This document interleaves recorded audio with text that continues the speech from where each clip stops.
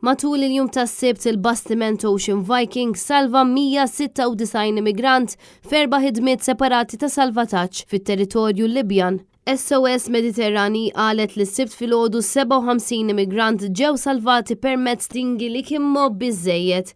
Fl-istess jum wara nofsinhar l-ekwipaġġ tal-bastiment wettaq żewġ salvataġġi oħra fl-istess żona fejn ġew salvati 118 persuna oħra. Fl-aħħar operazzjoni tagħhom salva 21 persuna bl-għajnuna ta' dgħajsa żgħira tal-injam. Il-total ta' persuni salvati jinkludi minn tal-inqas żewġ nisa tqal u 33 tifel u tifla. Skont l-Organizzazzjoni Internazzjonali għall-Migrazzjoni, matul l-ewwel nofs tal-2021 mill-inqas 1146 persuna mietu fil-baħar waqt li pruvaw jaslu fl-Ewropa.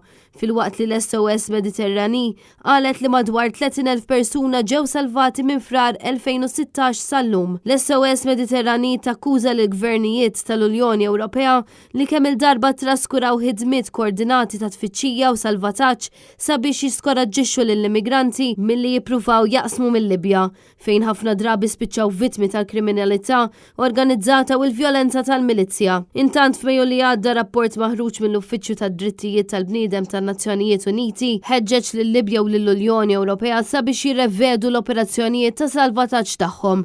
L-istess rapport ikkundanna lil politiċi eżistenti li qed jonqsu milli jagħtu priorità lis-sigurtà u drittijiet ta' dawn il-persuni li jippruvaw jaqsmu mill-Afrika bit-tentattiv li jibdew jgħixu ħajja aħjar.